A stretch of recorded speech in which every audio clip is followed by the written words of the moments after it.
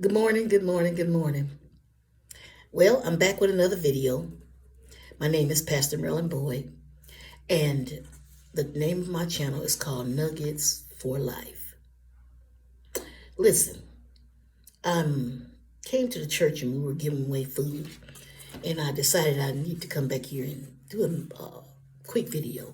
It's not going to be very long. This is going to be a quick video.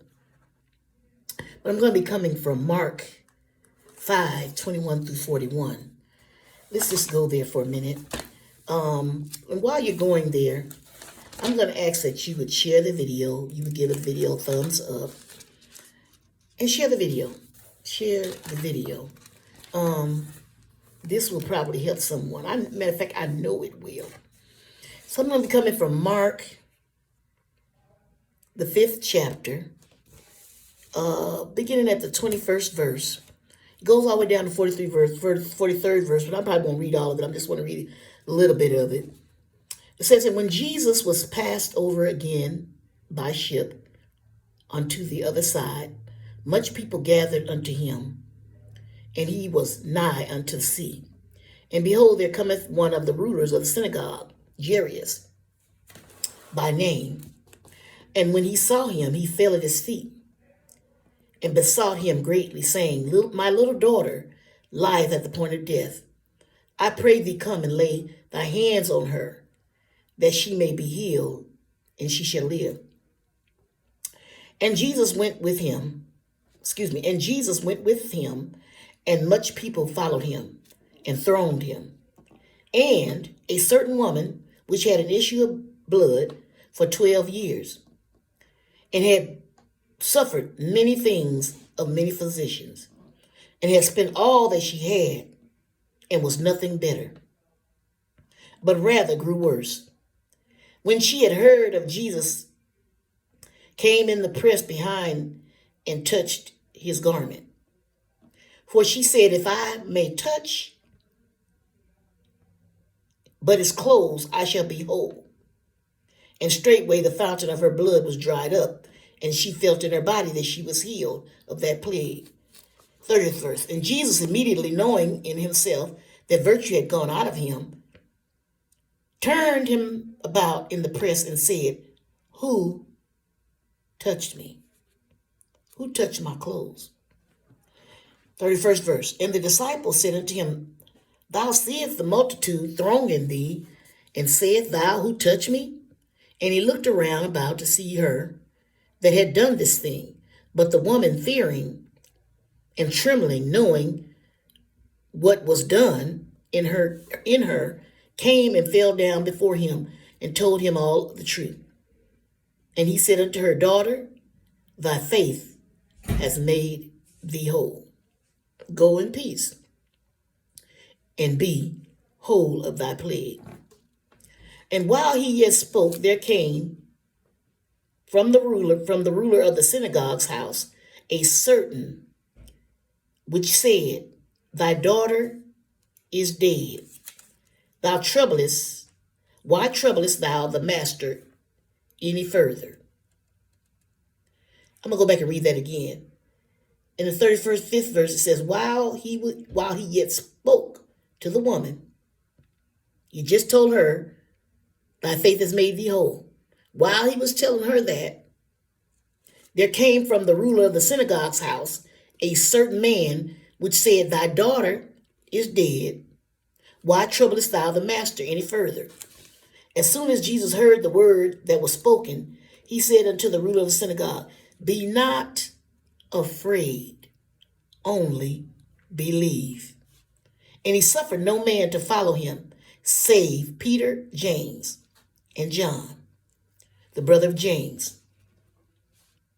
And he cometh into the house of the ruler of the synagogue, and seeth the turmoil, and them that wept and wailed greatly. And when he was come in, he saith unto them, Why make ye this ado and weep? The damsel is not dead, but asleep. I want to use and focus on this 36th verse. When Jesus said, Be not afraid, Only believe. And then I want to skip down to the 39th verse. I want to focus on this verse. Why make ye this ado and weep? The damsel is not dead, but asleep. Well, this morning I want to talk about some dead situations that look dead. Some things that may look dead, but they're really just sleep. When I look at this chapter in Mark 5, I read all the way where Jesus was already walking through the crowd, and the woman with the issue of blood that had the issue of blood for 12 long years, and she had been suffering, and she heard that Jesus was coming her way. So she made her way to the center where everybody was, and she crawled her way. She was so weak from the bleeding, constant bleeding. This issue had really taken a toll on her life. So she makes her way through the crowd, and she said within herself, if I could just touch the hem of his garment, I know I'll be made whole. And when she did make it through there, she touched Jesus' garment, and he felt of the virtue come out of him. Even though there were people throwing and pushing and trying to get to him, he only felt one touch. And that came from the woman with the faith. The woman with the faith. The woman with the faith. The man with the faith. The woman with the faith. The person with the faith. It ignited something in Jesus. And he said, no, I felt the virtue come out of me. I felt something. Somebody with a big faith. Somebody would trust. Somebody would love. Somebody that's desperate has touched me, is what Jesus was saying. Somebody did this. I know. I'm God. I know. He said, somebody touched me. Yeah. And the woman did touch him. So she was trying not to tell what she had done. But in the midst of not telling what had done, she realized, I better speak up. So she spoke up. She said, it was me. I touched you. And he turned to her and he said, woman, thy faith has made thee whole. So as he's telling this to the woman, he says, daughter, thy faith has made thee whole. And when he said daughter, he was letting us know that she was a child of God. He said, daughter, thy faith has made you whole. Go in peace and be whole of thy plague. Go in peace. You don't have to struggle with this anymore. This thing is over. It's over. You don't have to ever deal with this plague again, because you belong to me. You touched my world, and I'm going to touch yours. You become my child of God. You had faith enough to believe that whatever you did, you just needed to get to me. So since you believe that, his words were, daughter, it's in the 34th verse, daughter, thy faith has made thee whole. Go in peace and be whole of thy plague. You don't have to worry about that anymore. That part of your life is over. I had to tell you that part of the story because, see, it's going to connect with this other story. The other story is why he was telling her that this rich ruler had come to see him about him coming to his house to check on his daughter, because his daughter, when he left home, she was very, very sick. So he's coming to ask Jesus to come to my house. My daughter is sick. Come to my house. It says, while he yet spoke, there came from the ruler of the synagogue's house a certain man. This is a messenger that has come to him to tell Jesus to come to the master's house. And he says, then somebody comes and says, thy daughter is dead. Excuse me. Thy daughter is dead. Trouble is not the master any further. See, the ruler had gone to Jesus himself, trying to get some help for his daughter. And here comes this messenger from the house. And he says, too late. It's too late. Don't trouble the master anymore, because your daughter is dead. This is in the 35th verse. While he yet spake, there came from the ruler of the synagogue's house a certain man, which said, thy daughter is dead. The messenger from the house came to tell the father that his daughter's dead. Don't trouble Jesus anymore. Don't trouble the master any further. And as soon as Jesus heard this, When he heard this word that was spoken, he said unto the ruler of the synagogue, be not afraid, only believe. He told him, don't get caught up in that. Don't listen to that. Only believe. Your daughter is not dead. Don't listen to that. And so then after that was said, Jesus said, and he said, he suffered no man to follow him except Peter, James, and John. He let three of the disciples follow him, but the rest of them he wouldn't let follow him, because he knew who was in the circle. He knew who believed, which was Peter, James, and John. Those are the disciples that he trusted. He knew they would believe with him. So he told them, come on, we go into the house. And he took the mother and the father. He took the father and the three disciples, and they went. And when they got there, people were all in the house. They were all gathered around, and they were crying and wailing and weeping because they thought that the little young girl was dead. The girl was 12 years old also. See, the one with the issue of blood was 12, had issues of blood for 12 years. But when he got to this girl's house, she was 12 years old. You see the connection there? She was 12 years old. And they'd already hired some mourners, professional mourners, because back then they would hire professional mourners. They'd already hired some professional mourners. And they were mourning, crying. You know how we do. When we think a situation is over, we begin to cry. We start calling up everybody, telling everybody about it's dead. This situation, this happened to me, and it's over. The cancer has developed, and it's killing me. I only have 12 months to live. All these different things. They took my child. My child is gone. We go to crying and receiving everything that people speak over us, and we begin to think that it's over because they spoke it. It's not over. It's not over. Hey, it's not over. It's not over. It looks like it's over. It appears to be over. It even feels like it's over. Aches in your body will make you feel like you're dying and it's over. But it's not over.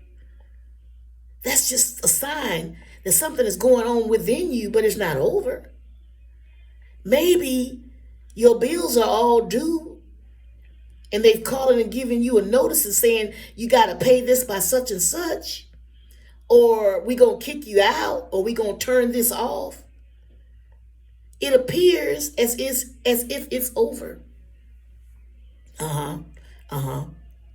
They can call and tell you, you're about to get evicted. You got till so-and-so to come up with the money. And if you don't come up with the money on that day, we're coming to put you out. But how many know that God is greater than any word man could ever say? How many know that God has all power? He's a powerful, miracle-working God. And he could fix any situation. It's not over. It's not over. It's not over. So he puts all the mourners out, all the naysayers, the negative people. He put them out. And he only lets the mother and father come in, and Peter, James, and John. They laughed at him. What you mean? She's dead. We've been here all this time. There's no movement. She is dead. What are you talking about? And Jesus, the all-powerful Jesus, knew that she was just asleep. So what he says is, he says, little girl, get up, arise. And when he tells the little girl to get up, arise, she gets up. And then he says, bring her some food. Bring her some food, because she needs strength, because she's been asleep a long time. And the little girl rises, and she gets up, and she eats. See, people and manna make you think it's over. But I come to tell somebody that's in a bad situation right now. Someone that is about to lose everything. Someone, it feels like it's over, and you just feel like I just want to give up. I just want to jump off the bridge. I just want to quit. I'm so tired of just going through this. It's not over, sweetie. Don't give up. It's not over. Trust me, it's not over. All Jesus wants you to do is recognize that he is Jesus and that he has all power and that he can fix the situation. Jesus told us the Father, don't listen, only believe. Don't get caught up in the negatives, the naysayers, what they're saying. Don't get caught up in that. Don't get caught up in what the negative person is saying to you. It's not over. You can't get caught up in that. Don't get caught up in what they're saying. It might appear that it's over. It might look like it's really over. It feels like it's really over. It's dead. It's over. And the naysayer is going to tell you, let it go. Let it go. Don't listen to the chaos and the negativity. Let it go. You believe. Do what Jesus said. Jesus said to the woman, daughter, thy faith has made thee whole. Go in peace and be whole of thy plague. Then he tells the man, be not afraid, only believe. See, fear will come in you because they said she was dead, and you'll begin to start believing it and having fear and not really trusting what Jesus said. He said, be not afraid, only believe. He's God. Why would he, if he says it, you got to believe it, sweetie. Be not afraid. Only believe. Fear will cause you to lose out. Be not afraid. That's coming from Mark, the 5th chapter, the 36th verse. Be not afraid. Who said this? Jesus said it. It's written in red. Be not afraid. Only believe. I don't care what it is. I don't care if they walked away and said the person is dying. Be not afraid. Only believe. And then jump down to the 39th verse. And he says, why make ye this ado and weep? The damsel is not dead, but asleep. Anyway, why are you making all this commotion? What is going on? Why are y'all doing all this unnecessary stuff? The little girl is not dead. She's only asleep. The situation is not dead. It's asleep right now because I'm doing a work.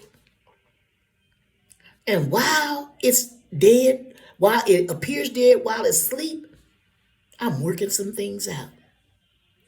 Why all the commotion? Be not afraid. And when you trust him and when you believe like the Father did, then Jesus said to the little girl, he took the damsel by the hand and said to her, Talitha cumni, which is being interpreted, damsel, I say unto you, arise. This is what he said to the little girl, arise. Jesus said to you, arise. Every situation that appears to be dead, you speak to it and tell it, arise. Get up. Wake up. You can speak to it.